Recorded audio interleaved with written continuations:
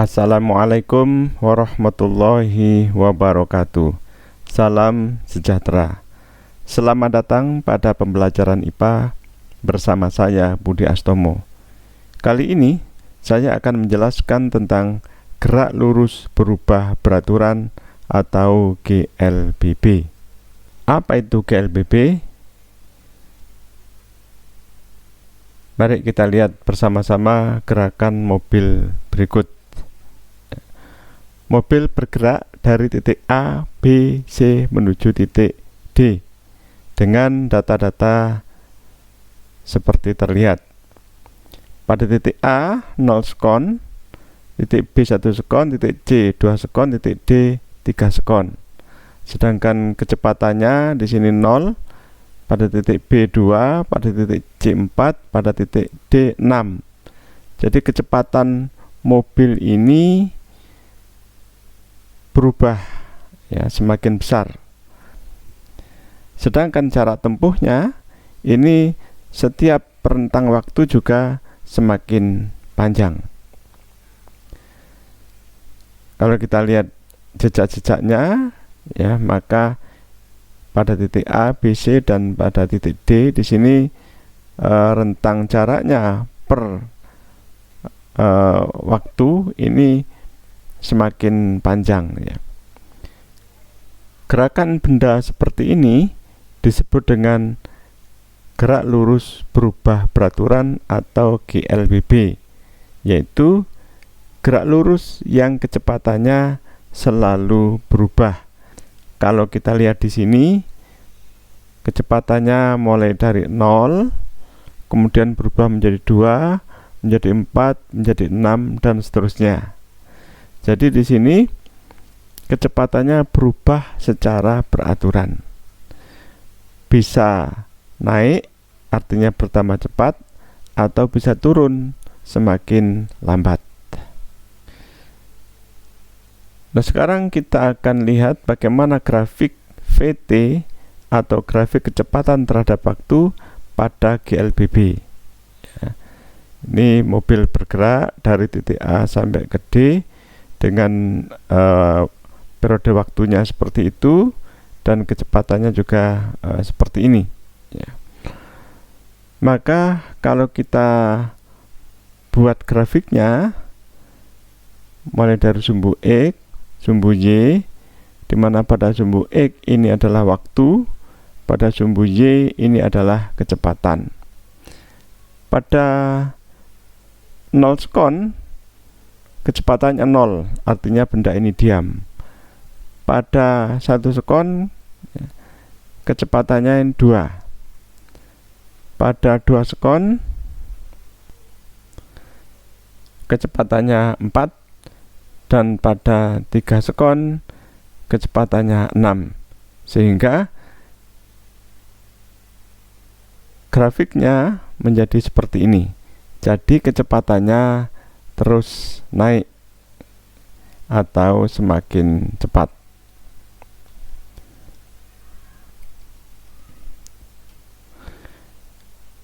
Sebagai contoh, kita perhatikan gerakan bola jatuh. Nah, ini bola jatuh, maka bola itu akan berada pada lintasan lurus ke bawah dengan masing-masing alokasi waktunya adalah seperti ini ya. Ketika bola jatuh, maka semakin ke bawah semakin cepat ya, bisa kita lihat di sini, semakin ke bawah jarak tempuhnya per detik ini semakin panjang, artinya benda semakin ke bawah semakin cepat. Ini adalah GLBB dipercepat. Nah, kemudian gerakan bola ke atas atau memantul ke atas, maka gerakannya seperti ini dan masing-masing lintasan jaraknya seperti ini dengan rentang waktu 0 sekon, 1 sekon, 2 sekon, dan 3 sekon.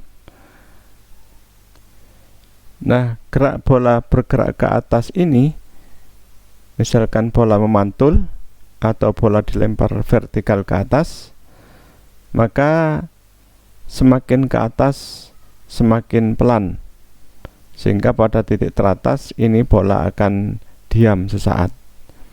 Maka gerakan seperti ini disebut dengan GLBB diperlambat.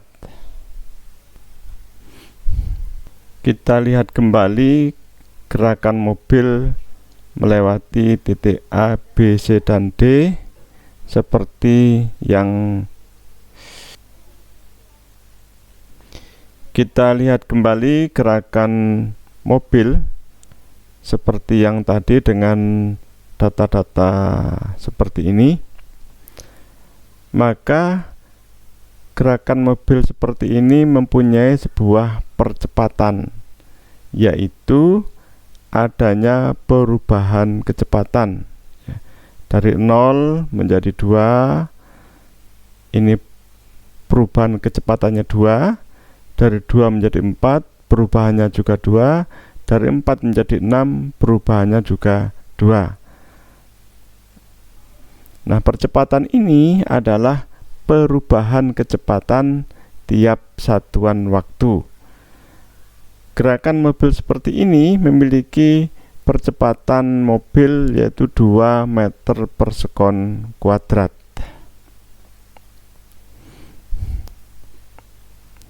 Nah, sekarang saya akan sampaikan tentang persamaan GLBB.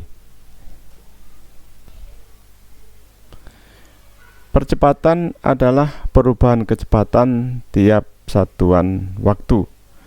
Kalau kita lihat gerakan mobil ya, dari satu titik ke titik yang lain, misalkan selama T sekon, kecepatan awalnya adalah V0, kecepatan akhirnya adalah VT, kemudian menempuh jarak S, maka percepatan dari mobil tersebut adalah perubahan kecepatan dibagi dengan waktu. Percepatan A, perubahan kecepatan adalah delta V, per waktu adalah T. Maka A sama dengan delta V, perubahan kecepatan ini adalah kecepatan akhir Vt dikurangi dengan kecepatan awal atau V0 ya, per T. Nah, ini adalah persamaan percepatan pada GLBB.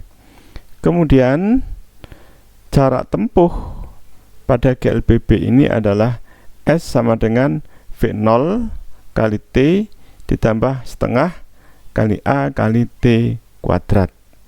Ini adalah persamaan jarak tempuh, di mana A adalah percepatan, Vt adalah kecepatan akhir, V0 adalah kecepatan awal, dan T waktu, serta S adalah jarak. Untuk mengasah kemampuan yang telah kalian miliki, saya akan memberikan contoh soal. Nomor 1, sebuah mobil mula-mula diam, kemudian digerakkan sehingga dalam waktu 3 sekon kecepatannya menjadi 6 meter per sekon. Hitunglah A, percepatan mobil, B, jarak tempuh mobil setelah 5 sekon. Diketahui ya, di sini mula-mula diam, berarti V0-nya adalah 0. Kemudian digerakkan sehingga dalam waktu 3 sekon kecepatannya menjadi 6 meter per sekon. Nah, ini berarti kecepatan akhir atau VT dengan waktu 3 sekon ini. Yang ditanyakan adalah yang A adalah percepatan, yaitu A, sedangkan B jarak tempuh mobil setelah 5 sekon, yaitu S, pada saat T sama dengan 5 sekon. Jawab yang A, untuk mencari percepatan, maka rumusnya adalah A sama dengan VT min V0 per T. Maka A sama dengan VT nya adalah 6, V0 nya adalah 0, T nya adalah 3. Maka A sama dengan 2 meter per sekon kuadrat ya. Sekarang kita lanjutkan yang B, yaitu mencari jarak tempuh. Maka rumusnya S sama dengan V0 T ditambah setengah AT kuadrat ya. V0 nya 0, T nya 5, A nya ini 2, T nya 5, kita kuadratkan, maka menjadi 5 kuadrat adalah 25, setengah dikalikan 2 adalah 1, maka S ini sama dengan 1 kali 25, yaitu 25 meter. Mudah bukan?